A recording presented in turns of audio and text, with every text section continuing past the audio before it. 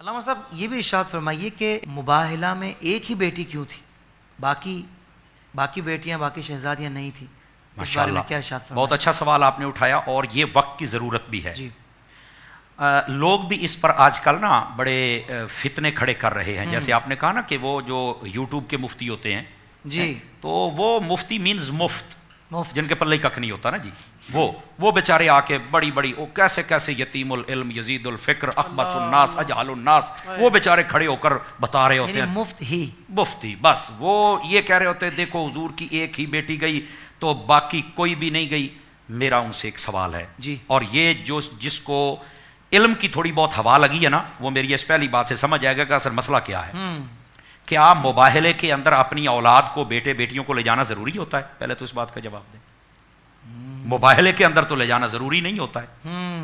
یہ بڑی خاص حضور کیوں لے کے گئے یہ بتاتا ہوں، پر جو اصل حقائق ہے پہلے ان کو تو سمجھو نا.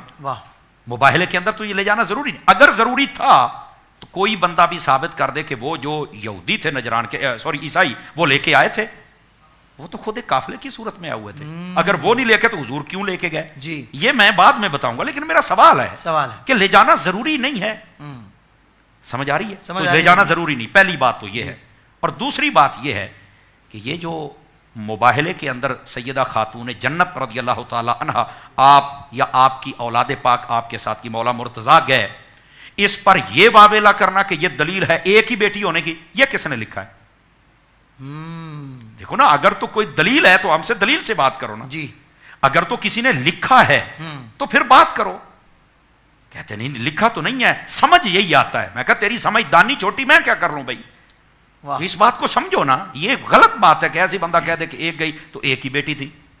تو کہتے ہیں پھر کتنی بیٹیاں؟ میں نے کہا اہل سنت کا اور قرآن و حدیث کا، صرف اہل سنت کا نہیں، قرآن و حدیث کا یہ دلائل کا انبار ہے کہ نبی پاک صلی اللہ علیہ وسلم کی 4 مبارک بیٹیاں ہیں. سبحان اللہ. 4 مبارک بیٹیاں ہیں. اچھا تو پھر باقی 3 کیوں نہیں ہیں؟ اب سوال آتا ہے. اس لیے نہیں تھی، میں اس کو ایک اور لہجے میں سوال کر لیتا ہوں تاکہ اچھی طرح ان کو سمجھ آ جائے. اگر کوئی بندہ عید کی نماز پڑھنے گیا یا جمعے کی نماز پڑھنے گیا ہے، ہم اسے کہتے بھی تیرے دادا ساتھ کیوں نہیں آئے بھی ہیں، کیا مسئلہ ہے؟ وہ کہے گا بھائی یار کیسی باتیں کرتے ہو، دادا فوت ہو گیا کیسے آئے گا؟ تو اب وہ فوت ہو گیا جمعے پہ نہیں آ سکا تو کیا دادے کا انکار کر دیا جائے؟ کہتا انکار تو نہیں کیا جائے گا، وہ تو فوت ہو گیا. جی او بھائی نبی پاک علیہ السلام کی 3 بیٹیاں پہلے فوت ہو گئی تھی، پردہ فرما گئی تھی، تو جو فوت ہو گئی تھی وہ کیسے آ جاتی؟ تقاضا کیسا جاہلوں والا کر رہے ہو یار. اللہ اکبر. تو یہ اس کے حقائق ہیں. نبی پاک صلی اللہ علیہ وسلم کی پیاری بیٹیاں 2 حضرت عثمان غنی کے نکاح میں تھی، ایک حضرت عمرو بن عاص کے نکاح میں تھی. ایک 2 ہجری میں فوت ہوئی، ایک 8 ہجری میں، ایک 9 ہجری میں، اور یہ واقعہ ہو رہا ہے 10 ہجری میں. دیکھو نا، حقائق کی دنیا میں دیکھنا پڑے گا نا. تو جو 10 ہجری میں واقعہ ہوا ہے اس میں یہ کیسے تشریف لے آئے؟ تو یہ ایک لوگوں کے اندر کا کوڑ ہے جس کو وہ لوگوں کے دماغ میں یوں بھرنا چاہتے ہیں کہ بیٹی ایک گئی لہٰذا ایک ہی ہے. یار یہ کون سی بات ہے؟ جب زندہ ہی اس وقت ایک تھی تو جانا بھی تو انہوں نے ہی تھا نا. تو باقی تو اس وقت پردہ فرما گئی تھی، اس لیے باقی بیٹیاں تشریف نہیں لے کے گئیں اور صرف سیدہ خاتون جنت رضی اللہ تعالی عنہا آپ ان کو اور ان کی اولاد کو ساتھ لے کے گئے.